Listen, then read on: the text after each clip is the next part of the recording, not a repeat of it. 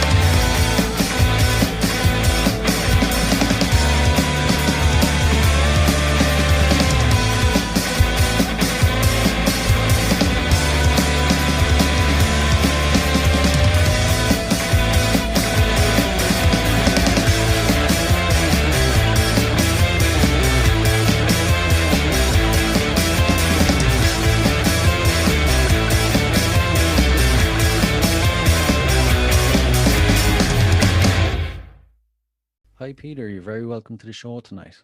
Thanks for having me. No problem. Glad to have you. So, would you like to tell us a bit about the song we just heard?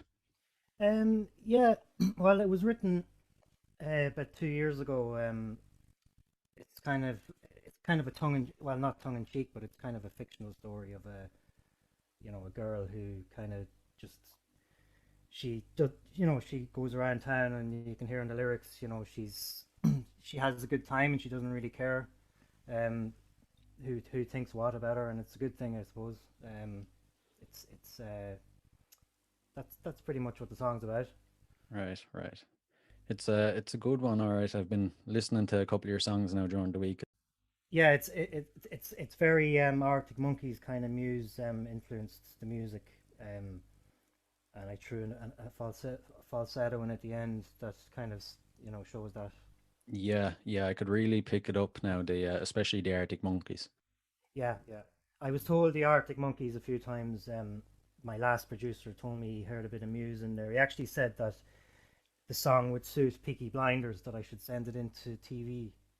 That's a good idea actually. It would. He said the riff kind of resembled something he'd hear in Peaky Blinders. Yeah, yeah. Yeah. So, the band. Would you like to tell us a bit about the history of the band, how you came together and everything? Well, I kind of formed the band in my head like a couple of years ago, but then I met the drummer in 2020 or 2019, sorry, and then we kind of started the band. We had no bass player, and then we met Victor, who's Polish, Right. and he joined a band called Hail from Russia. So the name kind of came from I read an article. I was trying to pick a name that wasn't in the Google search. Every name I picked was somebody else had. But I Yeah. was reading a magazine and I came across an article about a Russian orchestra, and it just said the orchestra hailed from Russia, and I just typed it into Google and it came back nothing there, so I picked the name. Oh, that worked out well. That's So pretty much, it's, yeah. That's all that's in it. People always ask me, "Oh, how did you come up with the name?" Or people either really love the name or they yeah. really don't, or they really don't like the name. There's no middle ground. And I never have an interesting story about it. Like I'm always like, oh, I read it in a magazine and you know, I Yeah, thought. there's no kind of came to you in a dream or anything No, like no, that. it's like if you hear bands from the past, like like the Smashing Pumpkins or Manic Street Preachers, I'm sure those people had the same experience, like about people either liking the name or not liking the name. Yeah, yeah, it kind of comes with the territory. Yeah, exactly. So, what would be your earliest musical memory? My earliest musical memory is something as simple as hearing my dad's records. My dad was always playing records or tapes. He'd always be doing housework painting, so we'd always have the record player on, Yeah. and I'd always hear like the likes of Foreigner. He was into all that yacht rock. Right, right. He was into Foreigner and bands like that. Yeah. And he threw in the odd bit of Elvis, or my mother would be listening to the Carpenters, Hmm. George Michael, or it was such an eclectic mix of music. You know, Yeah. it was either really ballady or rock and roll. You know, Yeah, yeah. so One or the other. yeah, But it's good to be exposed to such a good range of music at an early age, to set the foundations. exactly. Yeah, I think a lot of my music came from like I don't read or write music, but I think a lot of the ear training I might have got was from when I was younger without knowing it. Yeah, yeah. You know, Would you like to admit what the first single you ever bought was? the first single I ever bought was Nancy Boy, Right. but the first single, I can't really. I don't think it was a single. The first album I was ever bought was Janet or is Alanis Morissette, Oh, Jagged Little Pill album. But the first single I ever bought was Nancy Boy by Placebo. not too bad. Two very good performers. Mm. So your first concert then, would you like to tell us about it? My first concert was the Smashing Pumpkins. Um, it was it was their Adore tour. Do you remember that album, Adore? Yeah, yeah. Yeah, they played in the Olympia Theatre in Dublin. It was kind of like a very somber kind of. They did a lot of acoustic songs, Yeah. um, and a lot of the songs would have been off the Adore album, which a lot of fans didn't like, but I really liked. Hmm. Um, so that was my first concert. It was amazing. Like it was. Sure, I would have only been about 17 at the time. Um, so that was a great concert to go to for my first time. Uh, Yeah, I can imagine. The I, Smashing Pumpkins are actually one band that are on my list of, the ultimate bands I would love to have got to see. Yeah, I can't. Well, when I was about 17, I think the Smash Pumpkins were my favorite band. Yeah. I really liked Placebo, but the Pumpkins were my favorite band. At that time, they're still one of my favorites, but they're not my favorite band ever. But they were Yeah. back then. Yeah, I think these days they're like they're one band you always find yourself going back to and listening to, you know? Yeah, yeah. I find myself I go back to Siamese Dream a lot, Mm. especially in the car, because the drum sound on that album is absolutely amazing. Like the way the sound of the drums alone is just mind blowing. Like Yeah, yeah, it really is. That yeah. one and of course Melancholy. I think that's one album where there's not one song on it that you'd actually skip. There's not one. No, I would agree with you there. I don't listen to it enough these days, but I have Melancholy. I remember the day I bought Melancholy. Um, I actually took the half day off school and bought it. And I listened to the whole album, and it was. I still actually have the CD, but it's scratched. One of the CDs is scratched so badly that it's unlistenable. Oh. Shame on me, like, but there you go. Yeah, sure. Luckily, we have Spotify and things like that these Yeah, days. yeah, yeah, exactly. Yeah. And would you have been a fan of Billy Corgan after the Smashing Pumpkins? Well, I listened to a bit of Billy Corgan. I listened to when he did Zwan. I Mm, don't know if you remember them. I do, yeah. It was kind of one of his first solo things. It was all right, but I'm not a big fan, to be honest, of the new Pumpkin stuff. Mm, I don't. It's very synth heavy, and I just prefer the old Pumpkins, which is probably not. I understand what Billy's doing. He's trying to be, push forward and do different things, and that's really good. I'm not a fan of it, yeah. the new sound at all. Um, Yeah, it's it's like just he's not for trying to me. stay relevant, you He know? is. He's trying to stay relevant in a way, but I don't think it's the Pumpkins anymore. I know it's a strange thing to say because Jimmy Chamberlain is there and James Iha is there, Mm, um, but it doesn't feel like the Pumpkins, and I don't know if that's because Darcy's not there, but it just doesn't feel like them for some reason. yeah, no, I completely agree. I Yeah. completely agree. So, if you had to pick one song that stands out from that concert, what would it be? It would be God, there's a few. Ava Adore would be one. That was one of the few they did with the full band, the full electric setup. Um, God, it was so long ago now. That would be my favorite song from that concert. Not necessarily my favorite song from the album, though. I really like the intro song, Yeah, the piano intro. I can't remember. I think it's called For Martha. yeah, Not yeah, I too sure. think sounds familiar. But yeah, it was such a long time ago now. Like I can't believe it. 1998.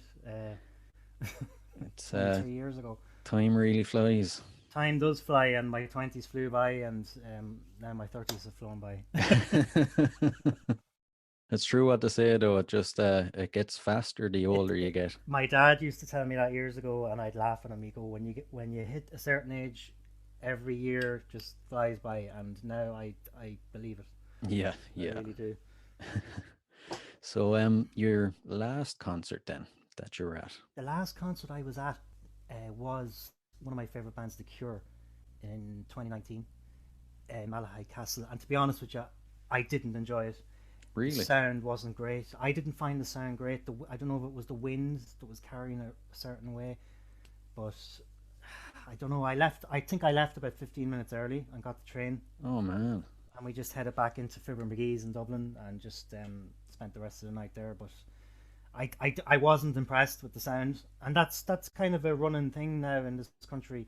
When you go to festivals, the sound can be hit or miss. Yeah, it really can. I'm hearing that a lot, especially on outdoor gigs, you know. Yeah, yeah. I've a friend who went to see Bon Jovi and they said the sound was just atrocious. You could Yeah, barely make out what he was saying, you know. yeah, exactly. I think somebody said that about Metallica as well Hmm. a few years ago.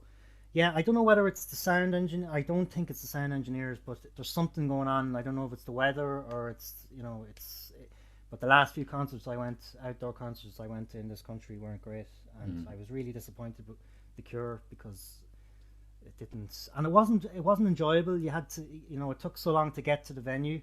Yeah. I don't know if you've ever been in the Malahide Castle venue, but there's a long walk to the gig and a long walk out of the gig. But and then it's kind of like a nightclubby kind of thing. Then you're kind of rushed out and told you have to leave now, and Right. it's very. Anyway, that was my last concert. Really love the Cure, by the way. Was that the only chance you've got to see them? That's the only time I've ever seen the Cure live, yeah, and Oh, I hope to see them again. But they're another one of them bands. They're like you too. You don't know if you're going to get the chance to see them again, or yeah, yeah, exactly, exactly. you know. But Yeah. how did you get into the Cure? I got into the Cure through listening to Placebo and the Smashing Pumpkins, and then a few bands I was in. I was introduced to the Cure through the other members. Hmm. The Cure and the Smiths. I was introduced to. I really like the Smiths as well. A lot of people hate the Smiths. A lot of bands I've been in, the people in the bands that I've been in, have always questioned me about the Smiths and said, "Oh, the Smiths are crap," and all this. And I really like the Smiths. I love the guitar. I love the guitar in the Smiths and the guitar in the Cure. That jangly kind of sound. So which Cure song would stand out for you from this concert? The Cure, Forest, which is my favorite Cure song. We actually do a cover of that in the band. We haven't played live yet, because we only formed at the end of, as it was coming into. I played bass for another band, Right. so my last gig that I played was with that band in December in the Workman's in Dublin, the Workman's Yeah. Club. So I never really got a chance. We haven't gotten a chance to play live yet as a band, so we're really looking forward to to playing live, as you I can can imagine. imagine it was You that know, was kind of a bad time to form a band on an unlucky time. I know, and we haven't rehearsed now in a few months now, and we're looking in the next few weeks to get back into rehearsing. But it's kind of difficult because you're rehearsing every week, and there's nothing coming. There's no gigs coming. So all you can hope for is that you're going to be the tightest band in the world when you do end up playing live. You I know. get you. I get you. So Geez, God only knows when that'll actually be, especially I in know Ireland. some people are saying September, but I think that's wishful thinking. To be honest, I don't think it'll be till next year. Yeah, definitely, definitely. It's very bad. I think nightclubs and concerts will probably be the last ones to be around. Exactly. Did you see that thing about the bubbles? They were I showing the. didn't. Do you know that band, the Flaming Lips? They did a gig Yeah. before where they were in bubbles. Oh, Yeah, right. there was an idea thrown around there a few weeks ago that maybe, gigs could come back if the crowd were in bubbles. Which I don't think. don't think that would work. It's a bit of a No. gimmick. I Yeah. don't think it would. It's like another idea I heard where they were talking about having drive-in concerts. You know, you sit in your car and watch it. I think they've done that though, haven't they? They've done a couple of those already. Yeah, I think there was one up in Dublin anyway, but there'd be no atmosphere. You No, know, no, definitely not. No. you might as well just throw a CD into the CD player in the car and sit there. Yeah, or just watch something on like a rerun of Glastonbury on TV or something. Yeah, yeah, exactly. So this brings us to the worst concert you've ever been at. The worst concert. That would probably be Muse, and it wasn't because actually I don't think Matt Bellamy was in a good mood that day. He actually didn't say a lot. I've seen them about three times live, and this time I saw them, he actually didn't say anything. He came on and played, barely spoke in between songs, and just left, no encore. Oh, But the worst part of that concert was I went up to the very front, hmm. up to the railings, and the crowd was kind of like coming in like a wave from either side. So you kept every minute or so you were squashed against the railing, Oh, and jeez. it was very uncomfortable at times. I actually freaked out a bit because Yeah, I wouldn't blame you. it was dangerous. But that was my worst experience of the concert. at any gig really. Yeah. I can't stand that though when an artist walks on, doesn't even say hello, just starts Yeah, playing straight away and there's nothing in between songs. yeah, he was visibly he didn't look like he was in a good mood. I could see that, like, he looked Yeah. like he was just there to play the gig and leave. Like it was really work for him. Yeah, maybe he was having a bad day or something. Mm. That's Yeah. Yeah, I remember it must have been 2017 or 18. I mm, wasn't my choice now. I went with my father to see Chris Christopherson, and it was the same. okay. He was in a good mood now, but there was no chit chat between the songs. And I kept Mm. saying, the life he's had, how cool would it have been if he was telling stories in between the songs or even having a bit Yeah, of banter. But it especially was, with him, like. yeah, yeah, exactly. But it was literally as soon as one song would end, the next one would start, and it Yeah. just kind of kills the whole vibe for the concert. And it's possible that somebody of his age and the length of time he's probably fed up now Yeah, playing certain songs. Like, yeah, exactly. yeah. But geez, I'm surprised at Muse though. I thought they'd be a really high energy. Yeah, I saw them in Dublin a few years later. I can't remember the album. It was from the mid 2000s, and they Mm, were incredible. Like, they were absolutely, like, the sound was amazing, like, yeah, incredible, and he was really engaged. But that day wasn't great. I suppose even rock stars can have bad days, I suppose. Exactly. Yeah. Yeah. So what song would stick out in your mind for that concert? Uh, he did plug in Baby. I remember he did plug in Baby and Sunburn. I love Sunburn. I think it's the first track off their first album. The reason why it was great is because he plays it on guitar instead of piano, and it was one of the first Muse riffs I ever learned on guitar, and it was difficult to learn, but it's a good riff, like. Yeah, yeah, I get you. I get Those you. are two songs anyway that stood out at that gig, when I wasn't watching my back, trying to stay Oh, alive. yeah, yeah. You don't really need that when you're at a concert. No, no. This will bring us to the best concert experience you've had, so Okay, I don't know if you've ever heard of The Rapture. I haven't.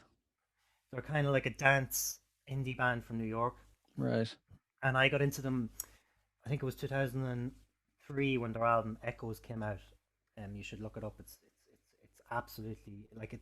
They're dance indie and they're very very funky. Yeah. And they played at Electric Picnic then, I think a year or two later, and I went. They were in the one of the tents, and it's still to this day my favorite gig.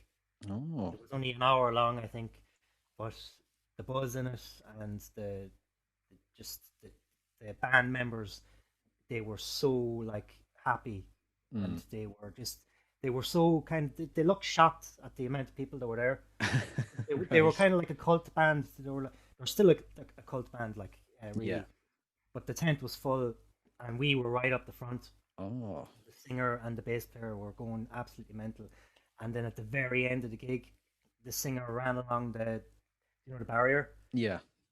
and I threw my arms out, and he just threw his arms around me and gave me a hug, and I was actually soaked in sweat, and I was like, oh my god, like, what the hell just happened?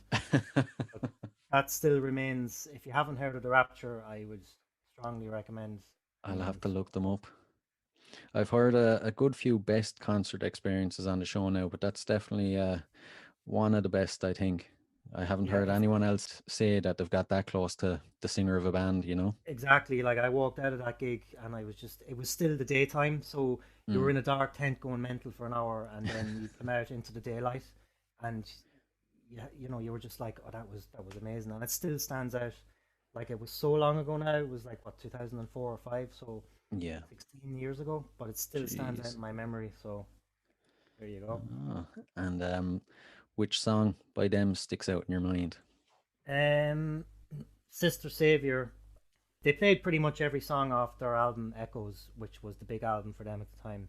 Yeah. Um, every song on that album, trust me, every song on that album is brilliant. Like, you would not skip a song. Mm. Every song you can dance to, and it's all made drums, guitar, and bass, and a Really? bit of synth. Yeah, there's no. It's all real instruments and real musicians, and the bass lines are incredible. Like I can't rate them high enough, to be honest. Hmm. Incredible stuff. Jeez, Like, they sound pretty good. yeah, they've been a major influence on me the last few years. Like a couple of the songs that I have there on Spotify have been influenced. Some of the way the riffs are played, especially on Ghost of the Past. Yeah, That intro guitar riff, that would be like influenced by the Rapture. yeah, yeah. So we'll get slightly more personal now, and Okay. if there was a performer, living or dead, that you could get the chance to see in concert, who would it be?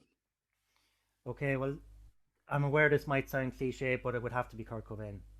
Right, It would have to be right. Nirvana because I basically started playing guitar like, because of Nirvana. So I did pick up musical instruments when I was younger, Mm, from the age of 4, but they were mostly keyboards, and it wasn't anything to do with um, rock music. It was yeah, more to do with it was more to do with my parents thought I had an ear for music, so they bought me a keyboard. But the real reason I picked up a guitar was, I was about 11 when I heard Nirvana, and I was just like, I want a guitar. I want a guitar. yeah, yeah, And my parents wouldn't buy me. They wouldn't buy me an electric guitar, so they bought me an acoustic guitar. Um, Eventually bought me an electric guitar, but he's the main reason I picked up a guitar. So I would love to see Nirvana live. It's not going to happen, but no, that's no. you know And like they keep teasing these gigs where, Dave Grohl and Pat Smear and they all get back together, but it's not going to be the same without Kurt. yeah, they did the Rock and Roll Hall of Fame there a few years ago, and they Mm, got all the singers were female. Got St. yeah, Vincent and a couple of other. It was all right. It was good, like, but it's not. It's like Queen without Freddie Mercury, or The Doors without Jim Morrison, or yeah, yeah, you know, The Doors got exactly. back together a few years ago, I think, with the singer of the Cult, and a few people I know went to it and said it was all right, but it was, Yeah, that's actually one of my I actually had tickets when they came to Ireland and I couldn't get to the gig, and I still often think about it. I think it'll be with me till the day I died. I missed the chance to actually see the Doors. yeah, yeah. That was probably the gig I'm talking about. Yeah, Yeah, yeah, yeah. I know a few people went to it and they said it was good, like, but mm, obviously you'd want to see Jim Morrison. of He's course, he's, of he's dead, course. like, so. Yeah, yeah. There's nothing you can do about that. Yeah. But so would you have been into Nirvana then when they were actually around? Yeah, so when I was about 11 and I got the guitar, what that was, 1992, I think, I would have been listening to Nevermind Hmm. and playing really badly on the guitar, trying to figure out "Come as You Are" by Hmm. rewinding the CD, and pausing the CD, things like that. And then I think the day he died, my mother came into the kitchen and she said something like, "Oh, some fella's after blowing his head off," or something like Right. that. And then I found out it was him, and I was like, "Oh, okay." But Hmm. I was too young to, Really take it in. I was just like, "Oh God," like. But Yeah. then when I started joining bands myself, and then other people in the band were like, "Oh, Nirvana, yeah, Smash Pumpkins, yeah," Hmm. you kind of found your tribe and your group, and Yeah, yeah, exactly. I think anybody that's into rock music and everything, it always happens when they reach their teenage years. They find yeah, people like-minded and then they really start getting into the music. exactly. And then you start playing more, taking it more seriously, and and then you see the influence rubbing off on you, and I can't deny that, like the new single we have coming out on the 19th of March. I wrote that song a long time ago. Hmm. um, but it was only recorded recently, and it's if you listen to it, there's a lot of Nirvana influence in there, Yeah.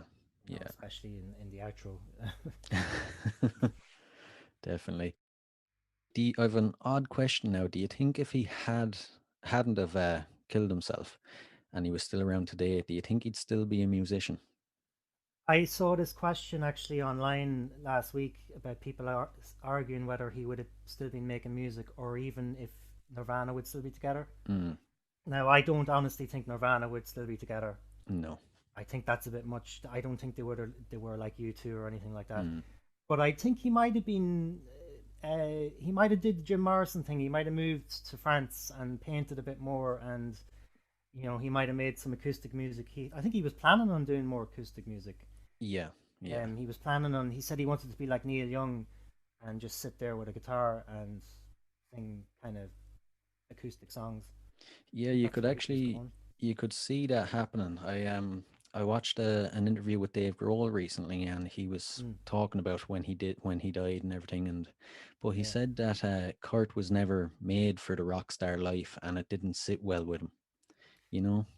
Yeah, I think he sought fame, but then when he got the fame that he got, like, it wasn't overnight, Mm, but Nevermind was overnight for him. I think, I think they were touring Europe at the time. Nevermind blew up in America, and they didn't know. They only knew because they got phone calls from their family saying, you know, Nevermind's blowing up here. Like, yeah, yeah, but I don't think the record company even they didn't even expect to sell more than 100,000 copies, and they sold millions of copies. And yeah. I think the fame might have hit him too quickly. You I'd know. say so. I totally agree. But I can't let Nirvana come up now on the podcast without actually asking the question whether or not you go into it. Mm. The whole thing of him killing himself. What do you think happened? Do you think he killed himself You or he was murdered? you have no idea the amount of uh, rabbit holes I've went down on YouTube, listening to podcasts and watching documentaries. Listen, to be honest with you, I don't fully believe that what happened happened. I think Mm, there's a lot more to it. Like, you know, it's hard to say really. Like, one minute he says he's the happiest he's ever been, and then he kills himself yeah, apparently. But a lot of suicides, apparently, the person who does it is really happy beforehand. yeah, I've heard A that. lot of people say that's because they've made up their mind in in their own heads that Yeah, they're going to do it. they know they're going to be at peace or whatever. Yeah, but there's a couple of odd discrepancies that I can't get my head around, like the greenhouse, Mm, how he packed away all his stuff. He shot up so much heroin and then put everything away neatly, and then yeah, instead of just letting himself go with the heroin, he blows his head off. yeah, Which I can't really imagine he overkill. wasn't thinking of his daughter. Like, there's a lot of stuff there that you could think about all week. Oh, exactly, yeah. And like even the note being in two different Yeah, handwriting yeah, styles and yeah. And you know, Courtney's lawyer apparently finding handwriting practice sheets in her yeah. rucksack. There's a lot of things in there and the Seattle police were asked to open the investigation and do a proper investigation, Mhm. but they don't seem too interested. So, No, no. And I think they're flogging a dead horse now. I think it's doesn't matter what we think. It's never going to be exactly unless it's somebody admits it on their deathbeds that they did something. yeah, You know. it's just one of them things we'll never truly find out. Never really know. Yeah, it's a shame. But it is. But there's a lot of things like that in rock music. You know, there's a lot of artists dying early, and there's rumors that they didn't die how they did. But again, we'll never really truly find out Yeah, the true I think story.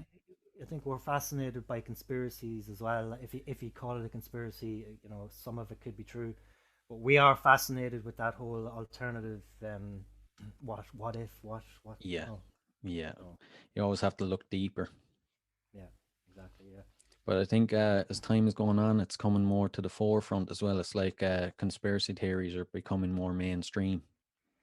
Yeah, especially on the Facebook is full of it. Like, there's people Yeah, still going on about, like, I'm not sure what your opinion is on the moon landing, but I'm pretty confident that men landed on the moon. yeah, yeah. I I'd be think very we did. surprised if it came out that we didn't. Yeah, that what is a Stanley Kubrick filmed it in a hangar in the desert Yeah, somewhere. and 400,000 people kept the secret for Yeah, like since. It's crazy. yeah. I think when it comes to the moon landing, I like either listening to podcasts about it or watching videos on YouTube, but just for the entertainment factor. Yeah, You it's know. entertaining, all right. Yeah. Although one video pops to mind. Did you ever see the video of Buzz Aldrin? And there's this guy harassing him. And he punches them in the face. Yeah, yeah. Yeah.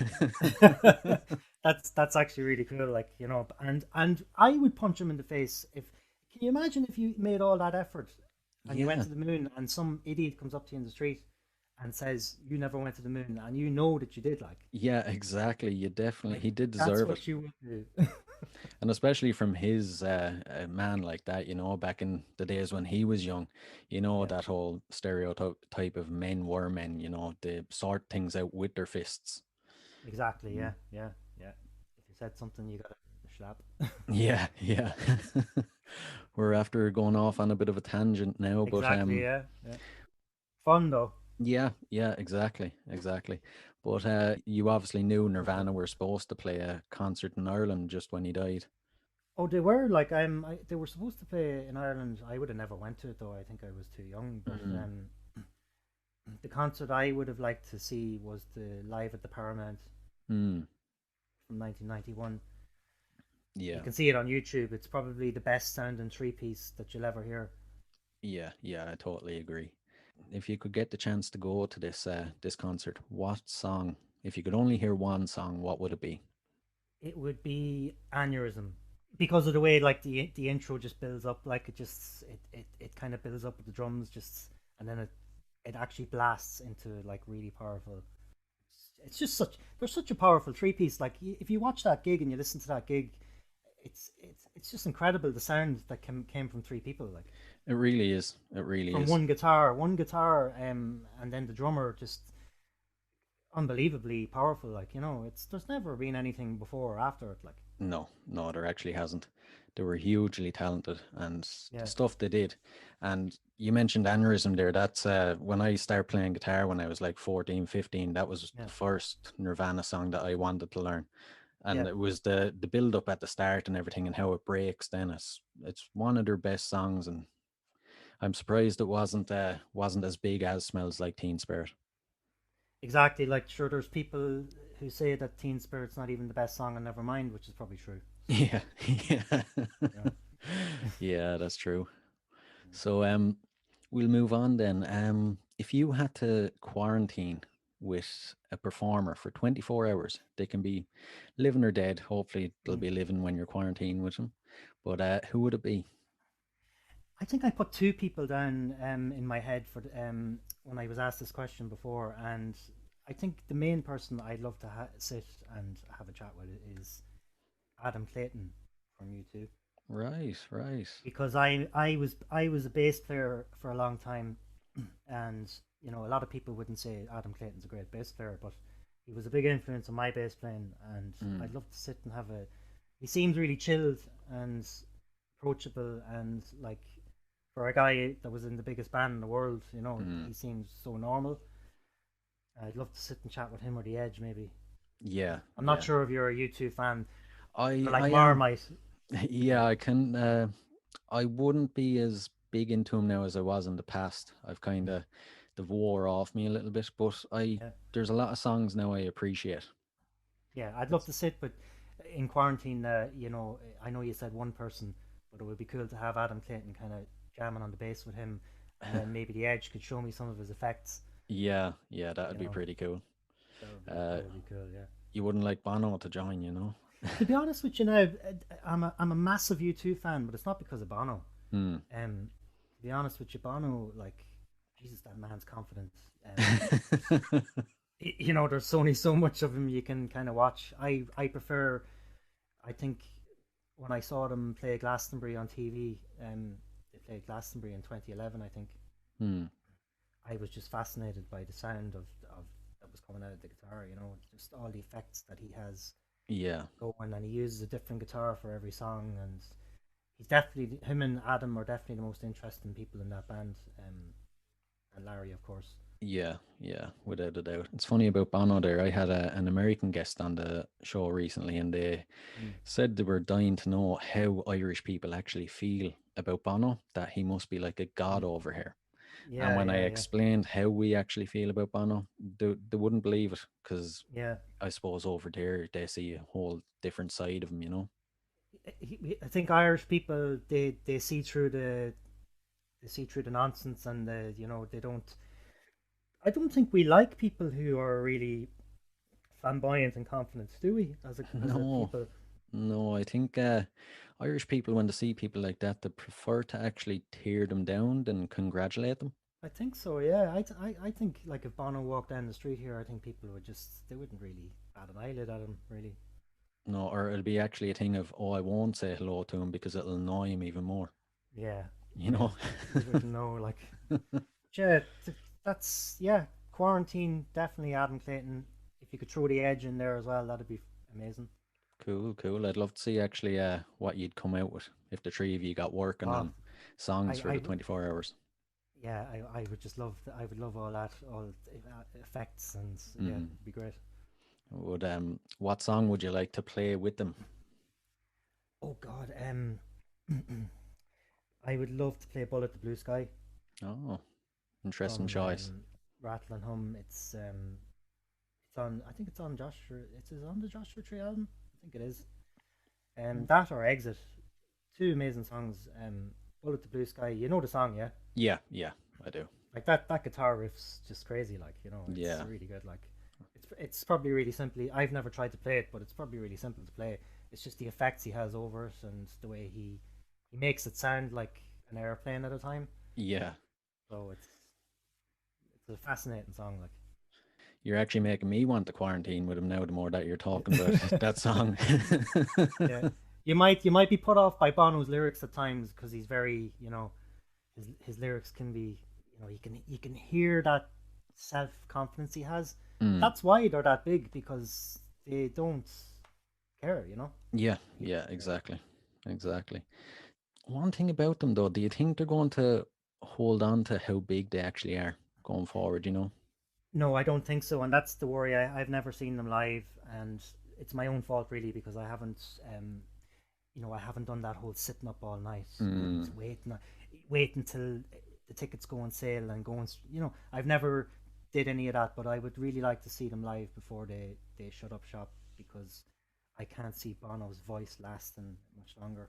Mm. Yeah, that's I've true. heard All I've right. I've heard a bit of his singing there, and it's kind of his voice is going. I think. Mm. I think that thing they did a couple of years ago really kind of hurt them as well, you know, where they gave away the album already downloaded onto iPhones or something. Yeah, that was a bit of bad advice they got. I think there. They basically when they sold the album to Apple for 100 million. I think it Yeah. was more Apple, but yeah, I can understand how it might have annoyed people waking up, and especially people who have no time for them. Yeah, yeah, exactly. But not Bad sure. stuff. Um, so the one of the final questions then, what song would you like to appear on the soundtrack to your life? Um, I haven't mentioned them yet, but I'm a really big Manic Street Preachers fan, and my favorite song of theirs, one of my favorite songs ever, actually, is Kevin Carter. Right. It's just a great piece of music, and the lyrics are great as well. Mm. It's a brilliant song. I've actually, if I could name a second song, it would be "Jesus to a Child" by George Michael, Oh, which is it's such an incredible song. I know it's a really strange thing for someone like me who writes totally different music, but yeah. that song gets me every time I hear it. On an emotional level as well, especially since he died. Mm. Mm. No, I can completely understand that. They'd be the two main songs if I know I've picked two of everything, and I shouldn't really. That just makes it But more there you go. interesting. They're difficult questions. Yeah, yeah. There wouldn't be things you'd be just asking on the spur of the moment. No, definitely not. But yeah, they're the two songs I would pick if I'm allowed to pick two. And Yeah, the Manics are a massive influence as well. And George Michael was a great songwriter, and people disagree with me all the time. They think, oh, that's just pop, but he was actually a really good musician. yeah, I completely agree. You He's know, actually one that I like myself. I wouldn't admit it too many times in big Mm. crowds or anything, but I would sit down and listen to his music, Yeah, you great know. voice, great musician overall. I think, and Yeah, that's all you can say really. Shame he's gone as well. it really is. So since you mentioned songwriting when we were speaking about George Michael, what's your process for writing songs? Um, Writing songs, like I could sit down and try and write a song, but I find, strangely enough, I could be out walking the dog and I'd hear something in my head, Hmm. a melody or a riff, and I would hum it the whole way back, so I wouldn't forget it. And I'd basically just sit with the guitar then and try and find it on the guitar, and then the lyrics. I wouldn't worry about lyrics really till later on. Yeah. A lot of the time, actually, I'd scribble ideas for lyrics and then I'd finish them off in the studio 5 minutes before I go and sing them. Oh, really? Yeah, I think I have this thing in my head where I like to pressurize myself like that. I get you. I get you. No, It's interesting though. You're one of the ones then that comes up with the melody and everything first, because I've interviewed a couple of people now, and they've said one guy actually said he'll randomly pick 5 words out of the dictionary and try to put them into a song, which I thought was possibly the hardest ways of doing it. You know? I think Bowie did that. I think he used to cut words out of newspapers and randomly place them around the floor, and then Yeah. he'd pick random words. I Yeah. couldn't do that. I find lyrics really difficult to write, in all honesty, and they're usually written, as I say, in the studio, fully completed in the studio before I actually sing them. But I'd Yeah. have the melody in my head, so it would be easier then to sing them. Do you know? Yeah. Yeah. I get you. I get you. It's unusual. It's unusual for our band because I kind of write the bass, the guitar, and I kind of have a drum beat in my head, Right. and then I come in and kind of convey that to the lads, and sometimes they do something better, which is kind of cool. You know, might be a better drum beat or whatever. Yeah, yeah. Oh, deadly, deadly. So, I know you can't really tell, but I would normally ask what's on the cards for Hail from Russia. But maybe looking to 2022, what would you like to be on the cards? Well, by 2022, I'd like to have recorded our first EP Hmm. by then and played our first gig. Definitely, live music is the most important thing at the minute. I'm trying to promote the band online, but it gets very difficult and it's very lonely as well when you're sitting on your own and you're not rehearsing and you're not gigging. That it's the motivation to keep it going can be difficult at times, but I'm keeping it going. So That's the main thing. That's actually something I can relate to myself with the podcast and trying to get it out there and everything, and promoting it online. And sometimes you'll promote it and you'll get the stats back for how well it done, and yeah, 600 people could have seen it, but two of them might have clicked on it, and it can be very disheartening. But then obviously you do a campaign with it, and you'll get very very good yeah, feedback. yeah. But I think you're the same, but you'd often have days where you're on top of the world, you're feeling very positive about it. Then the next day you could be like, oh no, this is a mistake. It's not going to work. Everyone has those days. Like, if I finish a recording session and I get the final master back, and I'm like, oh, that sounds amazing. Mm, Then I'm so motivated, and I'm setting up the release dates on Spotify, and I'm getting the distributor to send it off to podcast or to playlists. And then when it comes out, if it doesn't get that kind of reaction I was hoping for, then I'm turned kind of like I have to market it better. I have to, yeah. we're all expected to be really good at marketing now, and you Yeah. know, it's really difficult. Like, and it's especially difficult when you don't have the live scene, Mm, because that's where a lot of people, if they see you there, then they'll look you up online, or they'll check you out on Spotify, and yeah, you know, that's where you'll grow your fan base. yeah, yeah. Plus, it costs a lot of money to record music and to shoot music videos, and Oh, I can imagine. but it's very enjoyable as well. Don't get me wrong. Yeah, I'd say so. I'd say so.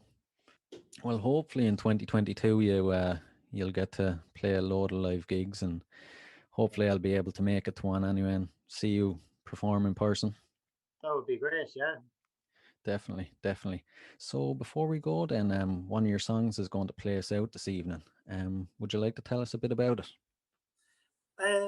Well, that goes to the past, and that was written and recorded last year, and it's basically an apology Right.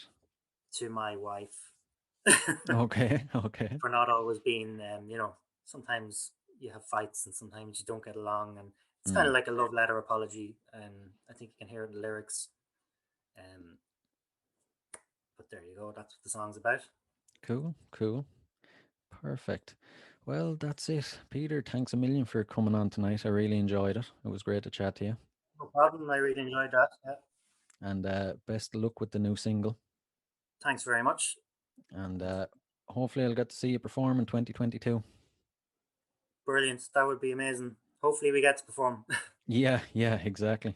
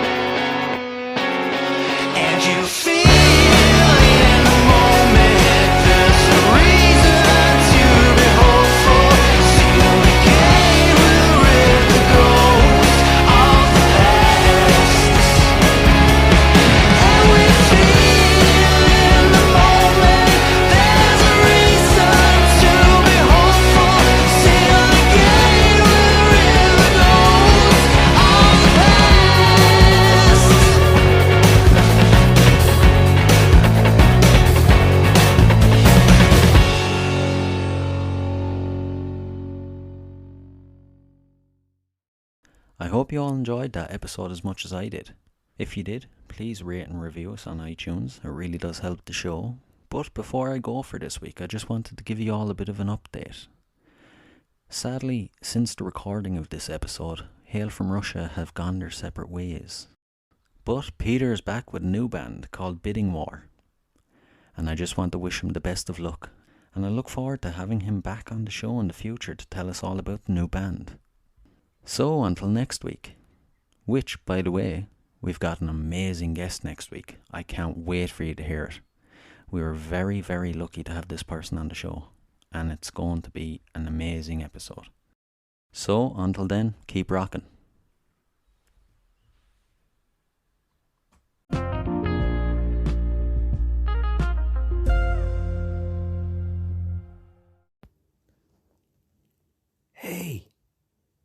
what are you guys still doing here? The show's over. It's over.